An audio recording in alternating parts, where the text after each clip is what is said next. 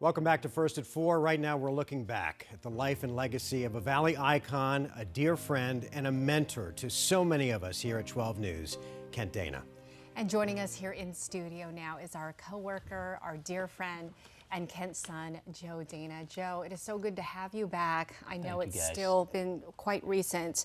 And we just want you to know that all of our hearts go out to you and your family. We love you. We loved your dad. Yeah, we appreciate it. How are you doing? Good to have you back. We all appreciate it. It's been overwhelming for anyone who's lost a parent, who was lucky enough to have a loved one close to them, who treated them the way we were treated by my dad. You know what this is like. It is a lot of feelings at once. And I do want to thank our fantastic viewers out there for just the outpouring of love and support you've shown our newsroom and my family personally. You know, I had this unique experience of spending many nights growing up, hanging out with my dad at the news station. He was kind of a hero to me, and I just thought it was so cool to see the buzz of the newsroom. It's still hard to believe that this is what I do for a living. And I tell everyone, he would want them to smile when they think of him and know he lived an adventure of a life. His story is an Arizona story. It really is. I mean, he grew up what is now the Willow District in downtown Phoenix. He went door to door selling donuts as a teenager. He worked construction, built many of the homes around us. He was Mr. Little Arizona at 5 years old. He was a proud graduate of West High School, which no longer exists. And, you know, he was just giddy to have a public role as a newsman for 35 years. He loved meeting people every day. It never got old to him. Yeah, and he always was so humble. You would never think that, he's this big anchor. Yeah. He was just always at your level. And his two proudest accomplishments, he would call them, projects in his career were Silent Witness, helping to launch that and bring it to the TV, to bring to life reenactments of crimes so that people could perhaps help police solve them, and also make Silent Witness a household name. And Wednesday's Child, and bringing attention to the foster community and the kids out there who need a loving home. You know, I couldn't help but think how incredible it must be for him after he retired to know. I mean, you know, I don't know that I'll be able to retire and say I changed lives, but your dad retired knowing that he changed the lives of so many kids. Well, you have changed lives. I know that, Mark. And he did have a fortunate opportunity to be in a position in bringing to life Wednesday's Child, where, you know, we've had people over the years from Ask, the organization that runs it, to say, on a given night in the 80s and 90s, when a story would run, they would sometimes have 100 or 200 calls. And so if that child didn't go to a specific family, it would be people saying, I am interested. I do want to learn more about adoption, and then they may adopt down the road. Yeah, and those two programs obviously are his legacy, but you're also his legacy. Was it hard for you to follow in your dad's profession? I mean, did you ever feel like you would never be good enough or as good as he was? He was our biggest cheerleader no matter what we did. I had 6 siblings. We all did something completely different. I happened to be the one to love writing and communications, and I was kind of a news nerd when I was a kid. I would read the newspaper every morning, and so I just kind of grew up into it. And my grandfather, of course, also was in broadcasting, and so it just kind of happened that way, and he was our biggest fan no matter what. Look at that baby did. face on. I know. I was a teenager there. He thought it would be hilarious to have his son with him and his dad on Father's Day. So a couple of the newscasts on Father's Day, we joined each other. Do you think that your dad went into the business because of his dad, and conversely, did you go into the business because of your dad? Absolutely an influence, right? I mean, when you grow up looking up to your parents, they undoubtedly have an influence on you. And we've seen that in a lot of the comments we've received from the public who have said, you know, I could relate to your story in this way or that way. I don't know if we have some of these comments we really appreciate. Well, this is from Governor Ducey. Yeah, sad to hear the passing of Kent, a legendary broadcaster who was among the best of the best. Kent was a dedicated newsman, a role model to many, and a true believer in the value of local reporting. His legacy lives on with Joe. And this one here is from Katie Hobbs.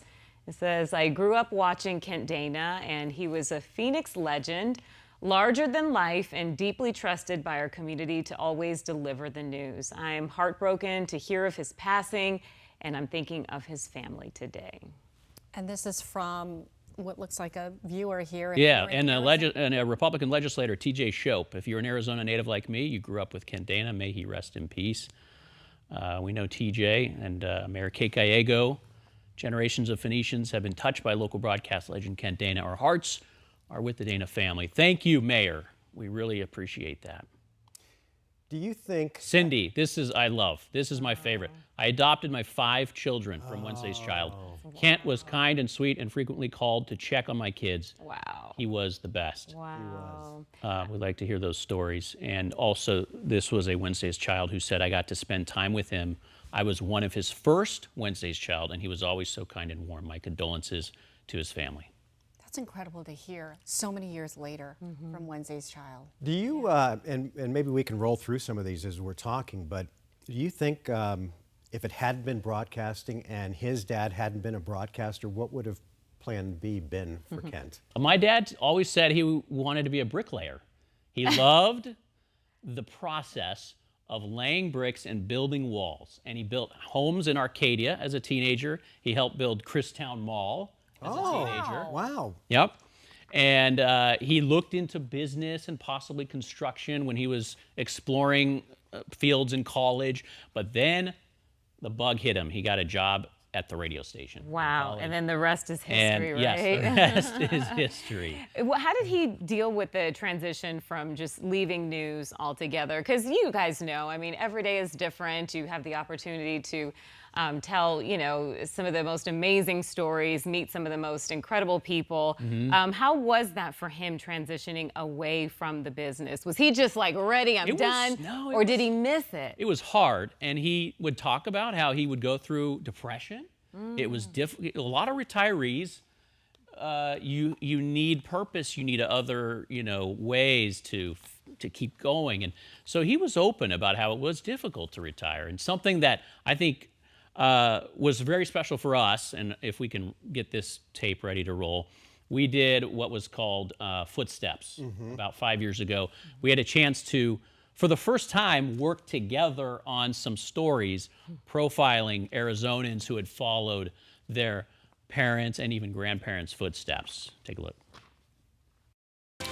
Once again, I'm honored to be joined by my father, Kent Dana, to help me bring you this series, Family Footsteps. Having your mother, father, and grandmother all in the same field can bring natural pressures. As you watch her go through the system and learn and everything, how much has it changed since you went through? They have such amazing labs now. We just basically had a dummy. What, reporters? No, I promise. When you knew for sure that your daughter was going to follow in your footsteps, what were your thoughts? I was thrilled and scared. As another school year begins, many teachers, like Kara, are unpacking lesson plans and teaching philosophies inherited from their mom or dad. Firm, fair, and consistent. That motto guided Jerry's approach to teaching, and it's what guides Kara today. And now a story from the Navajo Reservation, where a tradition of charity is being passed down from generation to generation. I can truly say that she was like born into what I do. So I'm her muscle, I'm her bodyguard, I'm her IT person. How are you? How are you? Tommaso Majari and his son Joey oversee one of 7 restaurants spanning 2 states. So which of you two is the best cook? Well, I think that I perfected what he gave me. I got to taste one of these. Is this okay with your doctor? And my dentist. So that was, it was a special opportunity to be able to be with him, and he still had it. There would be moments when he would ask just the right question to bring out a perfect answer from someone. He got a school teacher, the father of the daughter that we were interviewing, to just start crying. And the question he asked was brilliant. And I just remember thinking, like, yeah, that's why he was so good. What was the most important thing that he taught you about your career? He taught me don't get in the way of a good story. And that was one of his rules was, you know, in our business, you can sometimes be a distraction or do too much to try to create something fantastic. But his view was make sure the people shine in the story, that they, in the end, are the ones that people remember. Their words, their faces, their emotions. And then he also had a motto that my grandfather also had, which was, take your work seriously, just don't take yourself too seriously. That's a great And so that's a he knew great one. he knew how to laugh. He always brought some levity to situations, and I know people in the newsroom appreciated that with a lot of the difficult stuff And we he deal had with an day in and day awesome out. laugh. Yeah. He had the best laugh in the newsroom.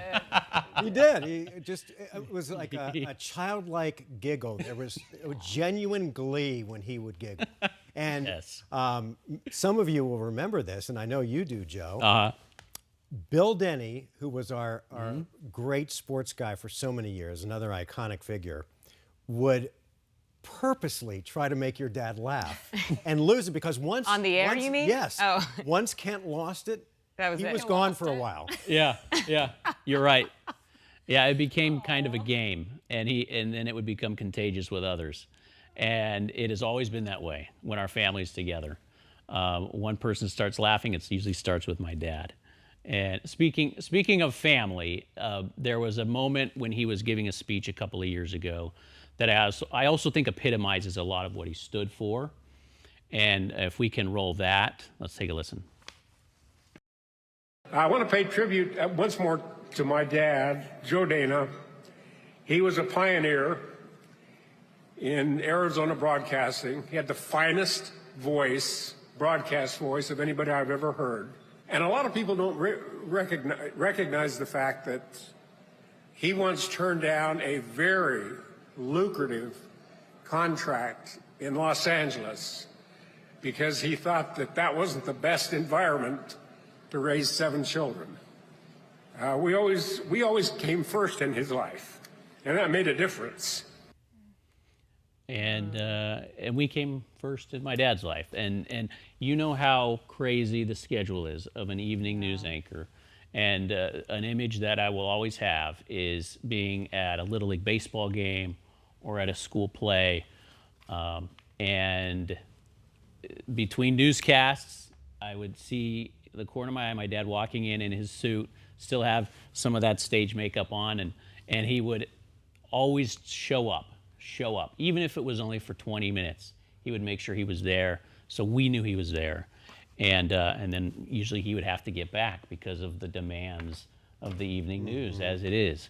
But Do you think he had any regrets about that, about not being there as much? Yeah, he you talked. know? I mean, he talked about how tough it was, and he made sure to make up for it on weekends. He loved the lakes. We would escape to the lakes around here and to the White Mountains. Greer was his home growing up in the summers, and again, that's why I think of him as just embodying Arizona in so many ways, because of if he could choose any vacation in the world, it would be this little rickety cabin that his family built in the 50s in Greer. That's where he would want to be. And you spend a lot of time up north too with your boys as well. I know that. Yeah, and you know, we're lucky when we have those generational traditions that we can pass on. And he was, you know, I think he represented a lot of what we are as Arizonans, to be proud of our deserts, our mountains, our lakes, and our traditions, and those bind us together. These comments are so wonderful. Yeah. They really are. What a great treasure it is for Yeah, your it says, family. feels like we have lost a family member. That is Corey Hayes. And I mentioned this to Tram, so it's a bit personal, but I think it's really poignant. So we grew up with so many people saying, we grew up watching your dad. You know, your dad was in our living room, and it was during a time when there were very few stations to watch, and so many Arizonans relate to him. And he got people coming up to him every day, of course. Well, when he was in the hospital and we knew he was passing, his final half hour, he was with my sisters and my stepmother, who were there with him. And a new nurse came in on a shift, And she immediately recognized him. And she said, I can't believe this. I grew up watching your dad.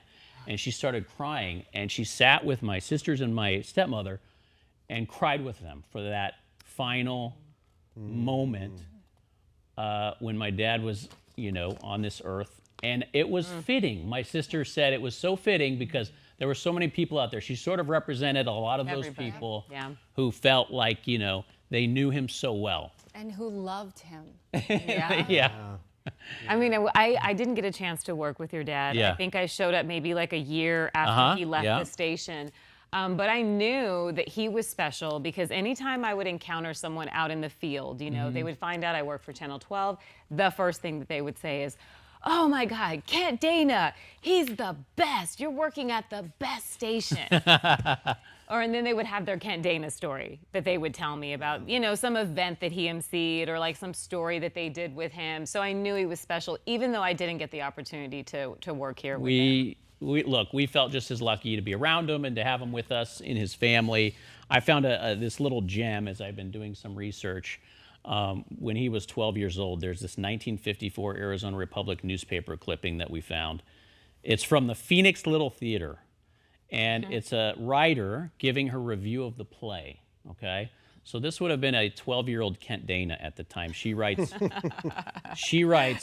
young Kent Dana stole the show. After the first awkward moments, he warmed to his role like a veteran and turned in a capital performance. This boy of 12 seems to have it all together. He has a very lovable personality. So true. Yeah. And I think about that moment he had on stage, and then what he would end up doing, with his life. And I thought that was really neat. But we felt the same way, lovable. We were drawn to him, and those images just stick with you, and they're more vivid than ever since his passing. And I don't. There's some things you can't explain, but I can hear them, I can feel them, and I know so many people have told me that when they've lost a loved one. What will you miss the most about him? Oh gosh, Tram. I got to get through this. No. He had a buoyancy. It's not the right word I'm thinking, but he had a way to lift you up when you were around him. And we are very different personalities. I'm a rigid, intense guy. And so I knew when Dad was around, he just kind of lifted me up, reminded me, relax, find ways to enjoy the moment. And that was a lesson that I'll carry with me forever. So. Did he ever talk to you about what he thought about the world today? We're so divided politically, and his feelings about navigating the waters of broadcast journalism in today's world? Yes, and my dad used to joke that he became more political as he got older, in his older age, and had stronger feelings about certain political issues. But he always believed that the local newsroom would allow democracy to continue to flourish, and ultimately may be what helps democracy survive through what we're going through. He believed in a strong newspaper in every community. He believed every community, at least large city, should have strong television newsrooms that hold people accountable, that tell the stories of our lives, that enlighten and inform. And he took great pride in that. And I think as he saw certain developments in recent years, again, he had some strong political views, but he also disagreed with some of the trends that we are seeing related to conspiratorial thinking and disinformation. And he felt journalism is what will help us get through that. Fact-based, integrity journalism. Well, I will say, and I don't just say it because he's someone I admired and was a mentor, but he created what Channel 12 is. You talked about him laying bricks. The foundation of what 12 is, those bricks were laid by your dad.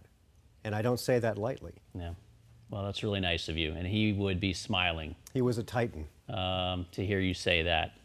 And he would shrug his shoulders and just say, I happened to be in this place at the right time, and I just did the best job I could. Yeah. He would be glad that the people around him who worked with him have fond memories and that they think of him with a smile. All right. Joe, thank you. We love you. Best to your family. Yeah. Thanks, guys. We'll be right back.